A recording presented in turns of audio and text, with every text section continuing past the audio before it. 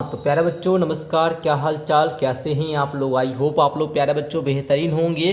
बच्चों आज की कक्षा में हम लोग देखने वाले हैं क्लास 8 मैथ का चैप्टर नंबर 1 के अंतर्गत प्रश्नावली 1.1 को आज के क्लास में हल करने वाले हैं। तो बच्चों क्लास को पूरा अंत तक कीजिएगा, ये क्लास आप सभी बच्चों के लिए काफ़ी इंपॉर्टेंट है बाबू, ठीक है।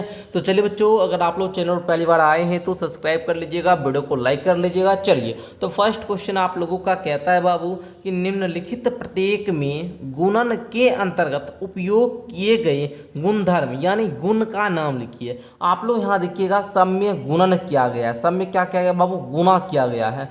तो ये जो गुणा किया गया है इसके जो अंतर्गत जो गुणधर्म यूज हो रहा है, इस गुणधर्म का नाम बताना है, इस प्रॉपर्टी का नाम बताना है। कौन सी प्रॉपर्टी इस गुणन में, मतलब गुणन में ये कौन सी प्रॉपर्टी लग रही है, कौन सी प्रॉपर्टी का उपयोग की जा रही है। ठीक है बच्चों, तो चलिए हम लोग फर्स्ट क्वेश्चन को नोट करते हैं, उसके बाद हम लोग प्रश्न को सॉल्व करते हैं।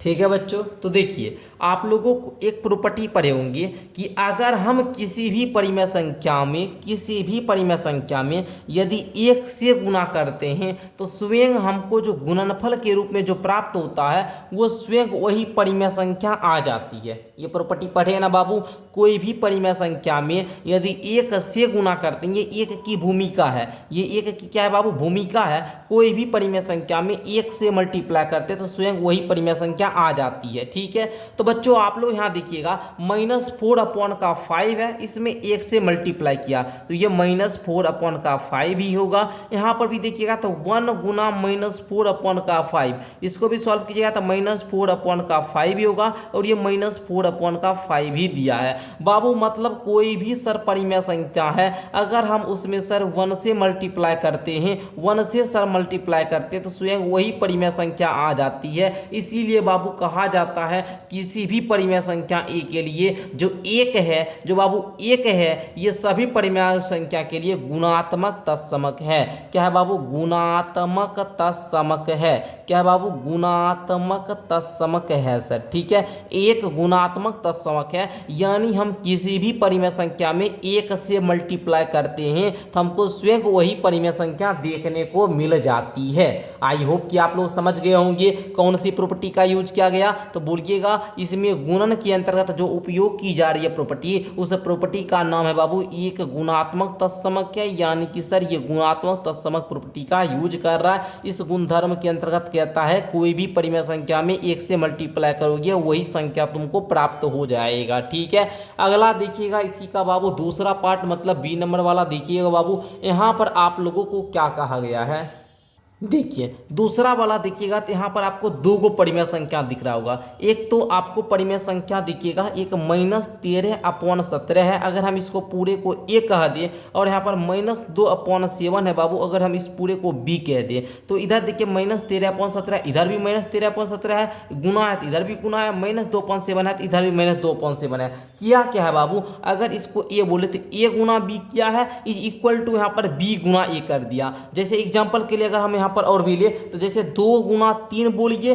या 3 गुना 2 बोलिए, ये बात बाबू बराबर ही होगा। इस प्रॉपर्टी का भी यूज किया जाता है। ठीक है, ए गुना बी क्या मतलब -13/17 गुना -2/7 कर दिया, फिर इक्वल में -2/7 गुना -13/17 कर दिया। मतलब बाबू क्या किया, पहला परिमेय संख्या दूसरा परिमेय संख्या, फिर दूसरा परिमेय संख्या इंटू पहला परिमेय संख्या, इस प्रकार से किया है। जब भी बाबू आप लोगों का इस प्रॉपर्टी का यूज होगा तो आप बोलिएगा ये सर क्रम विनिमयता का गुण है, क्रम विनिमयता का। ठीक है, क्रम विनिमयता का गुण है, क्रम विनिमयता। ठीक है, और ये जो देखिएगा ये गुणन के अंतर्गत चूंकि किया जा रहा है तो हम इसको बोलेंगे गुणन का क्रम विनिमय नियम, गुणन का क्रम विनिमयता नियम भी बोल दीजिए, है ना, नियम या फिर गुण बोल दीजिए। ठीक है, गुणन का क्रम विनिमयता गुण। ठीक है, क्या होता है इस गुण के अंतर्गत अगर हम कोई भी संख्या में ए गुना बी करते हैं तो इसको बी गुना ए रखिएगा, ये बात बराबर होता है। और ये योग के अंतर्गत भी क्रम विनिमय गुण आता है। अगर आप लोग कोई भी हम ये एक्स्ट्रा बता रहे हैं, एक्स्ट्रा पॉइंट है बाबू,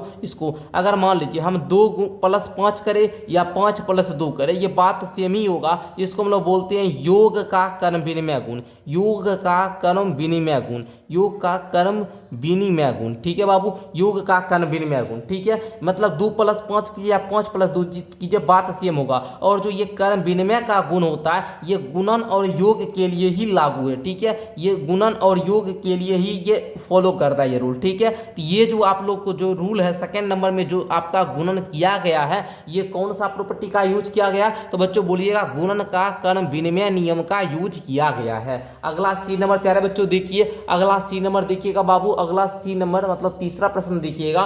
-19/29 गुना 29/-19 बराबर में 1 दिया गया है। तो बच्चों यहाँ पर आप लोग गौर कीजिएगा, अगर हम लोग बाबू इस पूरे को -19/29 को क्या बोले, -19 को अगर ए बोल दे और 29 को अगर हम बी बोल दे, तो a/b अगर इसको बोले तो यहाँ देखिएगा गुना किया गया है। 29 को क्या क्या ऊपर कर दिया, मतलब b को ऊपर कर दिया, और -19 जो a का मान था इसको नीचे कर दिया, मतलब a ऐसे कर दिया। जब a/b को b/a से गुना किया जाता है तो b से b कट गया, a से a कट गया, इसका हमेशा मान 1 आता है। इसका हमेशा मान कितना आता है? 1 आता है। बाबू कहने का मतलब ये है कि जब दो परिमेय संख्या का गुणनफल, ध्यान से सुनिएगा मेरी बातों को, जब दो परिमेय संख्या के गुणनफल यदि सर जी 1 आ जाए, जब दो परिमेय संख्या का गुणनफल सर जी 1 आ जाए, तो वे दोनों परिमेय संख्या एक दूसरे का गुणात्मक प्रतिलोम कहलाती है। क्या कहलाते बाबू? गुणात्मक प्रतिलोम कहलाती है। गुणात्मक प्रतिलोम, गुणात्मक प्रतिलोम कहलाती है। ठीक है बाबू, समझ गए आप लोग? जैसे हम बोलेंगे 6/7 का गुणात्मक प्रतिलोम क्या होगा, आप बोलिएगा 7/6 हो जाएगा। इसका आप लोग गुणनफल देखिएगा बाबू, एक ही आएगा। कहने का मतलब सर जी ये क्या होता है, ये टिप्स आप लोगों को, ये एक्स्ट्रा हम आपको एग्जाम्पल देकर समझाए बाबू। ठीक है, जब भी आप लोगों का दो परिमेय संख्या का जो गुणनफल होगा a/b गुना b/a, ये सर गुणनफल 1 आ जाए, ये जो आपका होगा ये गुणात्मक प्रतिलोम कहलाएगा एक दूसरे को। इसमें क्या कहा जाता है, किसी भी संख्या का अगर गुणात्मक प्रतिलोम लिखना होता है तो आप क्या कीजिएगा, जैसे a/b है, आप क्या कीजिए, ऊपर वाला को हम लोग अंश बोलते हैं, नीचे वाला को हम लोग हर बोलते हैं, तो क्या कीजिएगा, अंश को हर बना दीजिएगा और हर को अंश बना दीजिएगा। ये a/b का ये क्या होगा, गुणात्मक प्रतिलोम होगा। समझ रहे होंगे मेरी पॉइंट को? अगला प्रश्न देखिएगा। तो बच्चों दूसरा प्रश्न कह रहा है कि बताइए कौन से गुणधर्म यानी गुण की सहायता से आप 1/3 गुना इंटू में है, मतलब ब्रैकेट के अंदर है 6 गुना 4/3 को 1/3 गुना 6 इंटू का 4 गुना 4/3 के रूप में विकलन करते हैं। मतलब ये जो आप लोगों का गुणन किया गया है ये किस प्रॉपर्टी का इसमें भी यूज किया गया, बस यही बताना है। बस ये सिंपल सा बहुत आसान सा प्रश्नावली है बाबू। ठीक है, इसलिए इसको आसान प्रश्नावली के अंतर्गत हम लोग रखते हैं। आइए इस प्रश्न को भी हम सॉल्व करते हैं। आइए जरा सा गौर कीजिएगा तो बढ़िया तरीका से बाबू आपको समझ में आएगा। अगर हम यहाँ पर सर क्या करें, 1/3 को a कह दें और 6 को हम b कह दें और 4/3 को मैंने c कह दिया, तो बच्चों देखिएगा इसको क्या किया गया, a गुना b गुना c, लेकिन b और c को ब्रैकेट में रख दिया। फिर यहाँ पर a गुना b गुना c को रखा, लेकिन अब की बार b गुना c को ब्रैकेट में ना रखकर a गुना b को ब्रैकेट में रख दिया। तो बाबू आप लोग ध्यान रखिएगा, बाबू आप लोग क्या कीजिएगा, ध्यान रखिएगा, ये जो आप लोगों का प्रॉपर्टी होता है ये प्रॉपर्टी जब गुणन के अंतर्गत यूज किया जाता है ना मेरे भाई, जब इस प्रॉपर्टी का यूज गुणन के अंतर्गत किया जाता है तो हम लोग इस प्रॉपर्टी को बोलते हैं सहचर गुण। क्या बोलते हैं बाबू?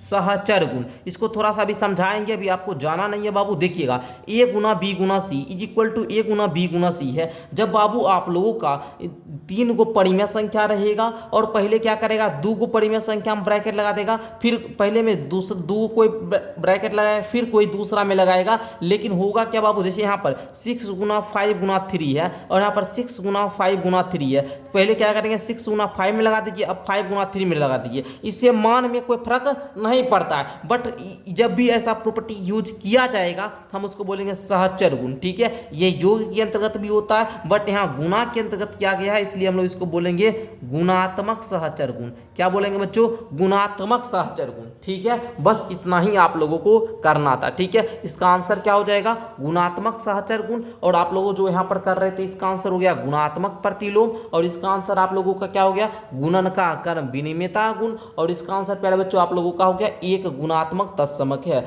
आई होप कि आप लोग सारा अच्छे तरीका से सब कुछ समझ गए होंगे।